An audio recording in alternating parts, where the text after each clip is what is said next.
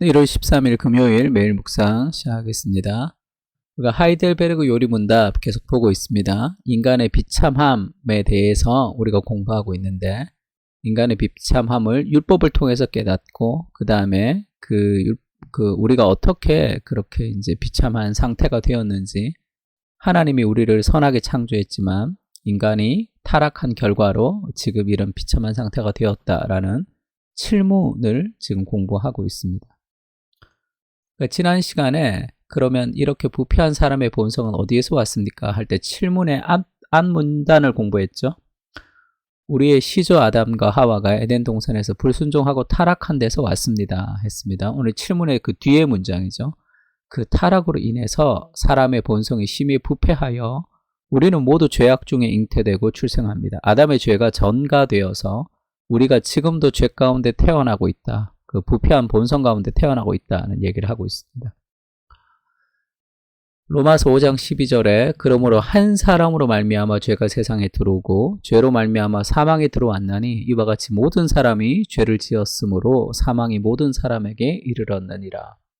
그러니까 아담이 우리의 언약의 머리, 우리의 대표가 되어서 아담의 타락으로 그 죄가 우리에게 전가되어서 아담 이후에 모든 사람이 다 죄를 짓고 사망 가운데 이르게 되었다 이야기하고 있습니다.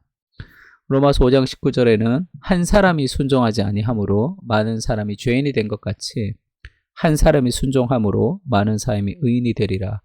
우리의 언약의 대표가 되는 아담 한 사람의 불순종이 우리에게 죄를 가지고 왔고 또 우리 구원의 대표가 되시는 예수 그리스도의 순종을 통해서 우리가 구원을 얻는 의인이 되었다는 얘기를 하고 있습니다.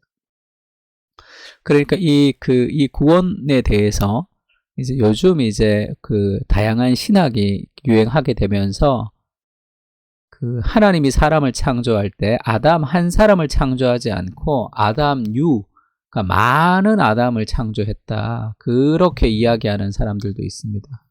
그러나 그렇게 얘기하면 우리 구원이 이제 깨어지게 되는 거죠. 그래서 아담 한 사람으로부터 인류가 시작이 되었고 구원도 그리스도 한 사람으로부터 시작이 되었다고 얘기하고 있습니다.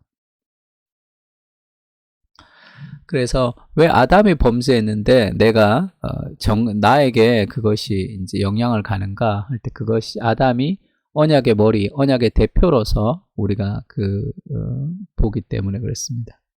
지금도 우리가 어디를 계약하거나 할 때 월드컵에서 승리할 때 내가 승리한 게 아니지만 그 국가대표, 우리의 나라를 대표한 사람이 승리할 때 그것이 우리 국가의 승리가 되는 거죠. 다 언약의 머리로서, 언약의 대표로서의 아담이 그 범죄가 우리에게 전가되었습니다. 아담 한 사람과 그리스도 한 사람이라는 이 죄의 시작과 구원의 시작을 성경에서 이야기하고 있습니다.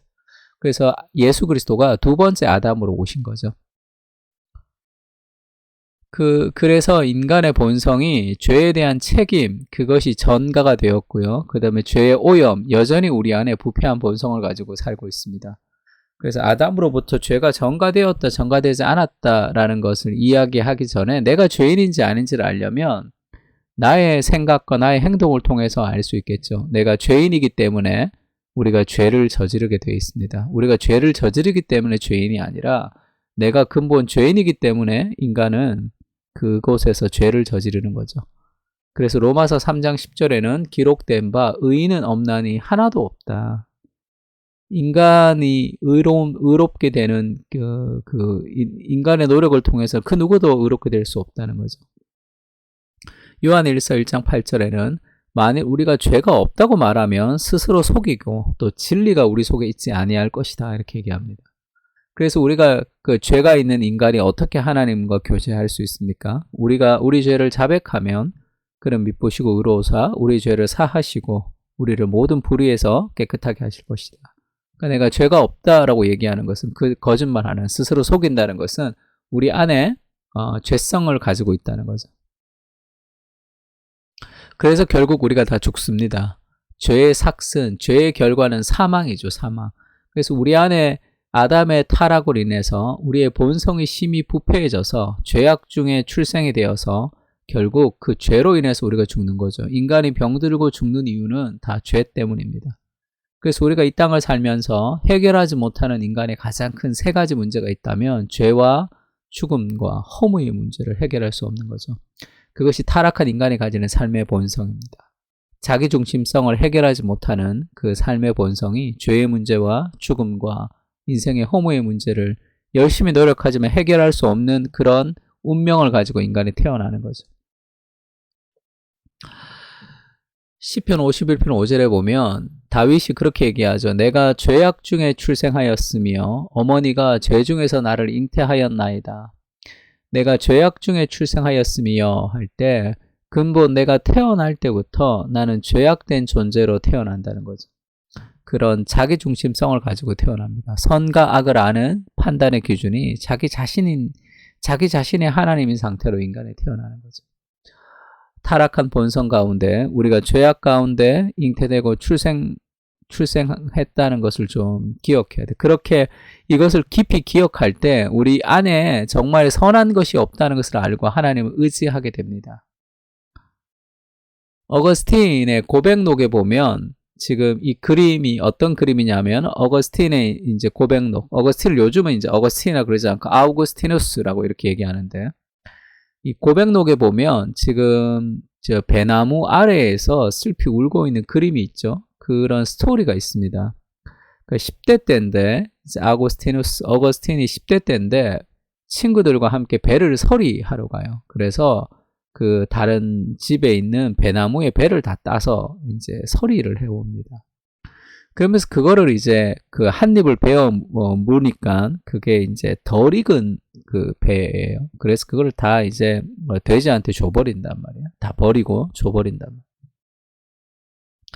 그러면 먹지도 못할 배를 왜 내가 서리를 했냐는 거죠. 먹지도 못할 배를 우리가 왜 그렇게 땄냐는 거죠. 그걸 어거스틴이 그렇게 고백합니다. 이러한 행위가 우리를 더욱더 기쁘게 했던 이유는 그 일이 바로 금지된 행동이었기 때문입니다. 그래 내가 먹지도 못할 배를 왜 땄냐 하면 그것이 금지되었기 때문에 내가 그것을 더 하고 싶었다는 거예요. 그것이 바로 나의 진심이었습니다. 오 하나님, 그것이 바로 제 진심이었습니다. 그러나 당신은 이처럼 바닥에 보이지 않는 구렁텅이에 빠져있는 저에게도 자비를 베푸셨습니다. 그것이 바로 나의 진심이었습니다 할 때 이 진심이라는 것은 이게 라틴어로 에게 꼬르메움이라는 것이 반복적으로 나옵니다. 에게 꼬르메움 할 때 그게 이제 코아가 이제 핵심이죠.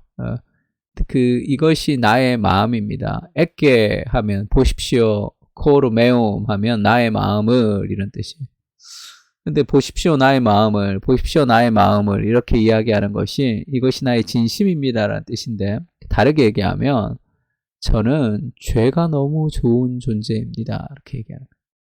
내가 왜 죄를 저질렀냐 하면 나는 근본 죄를 좋아하는 성향을 가지고 있기 때문입니다. 그렇게 자기 자신의 어떤 인간의 본성을 고백하는 겁니다. 우리가 왜 죄를 짓는지 아십니까? 내가 왜 그런 죄를 지었을까? 내가 그런 사람이 아닌데 천만에 나는 죄를 좋아하는 그런 존재란 말이에요. 죄를 너무 사랑하는 그것이 인간의 본성입니다. 내가 저지르고 싶지 않은 죄를 저지른 게 아니라 나는 근본 죄를 좋아하는 그런 존재. 그것이 바로 나죠. 그 타락으로 인해서 사람의 본성이 심히 부패해서 우리는 모두 죄악 중에 잉태하고 출생해서 나는 근본 죄 짓는 것을 너무나 좋아하는 존재라는 그런 나를 그리스도의 사랑으로 구원해 주셔서 우리가 죄를 좋아하는 성향의 오염이 여전히 있지만 하나님의 사랑을 따라 순종할 수 있도록 하나님이 만들어 주신 것이죠. 그게 이제 구원의 은혜라고 할 수 있습니다. 그래서 오늘 교리를 요약하면 아담의 죄가 전가되어서 죄책과 오염의 상태로 모든 인간이 태어나는 거죠. 그래서 내가 죄를 지어서 죄인이 아니라 그냥 보통의 상태에서 죄를 짓는 것이 아니라 내가 뿌리 깊은 죄인이기 때문에 내가 죄를 짓는 거예요.